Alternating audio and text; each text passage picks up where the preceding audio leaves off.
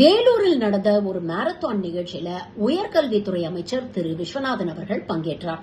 அங்கு பெண் குழந்தைகளை அவர் கையாண்ட விதம் பெரும் சர்ச்சையை ஏற்படுத்தியிருக்கு.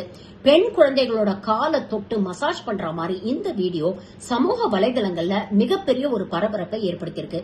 நீங்க ஒரு அமைச்சர் பெண் குழந்தைகளை கையாளும் பொழுது ஒரு மரியாதையோட மாண்போட எல்லை மீறாமல் நடந்து கொள்ள வேண்டாமா அப்படின்னு கடுமையான விமர்சனங்களை சமூக ஆர்வலர்கள் எதிர்க்கட்சியினர் பதிவு பண்ணிருக்காங்க.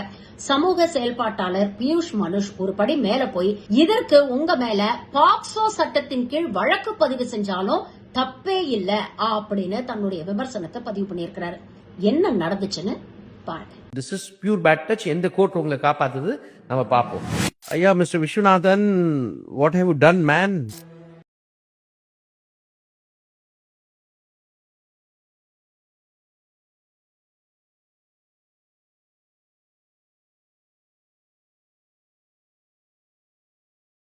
உங்க மேல எஃப்ஐஆர் ஆகணும். பாக்ஸோ ஆக்ட் நீங்க இன்வைட் பண்ணிட்டீங்க.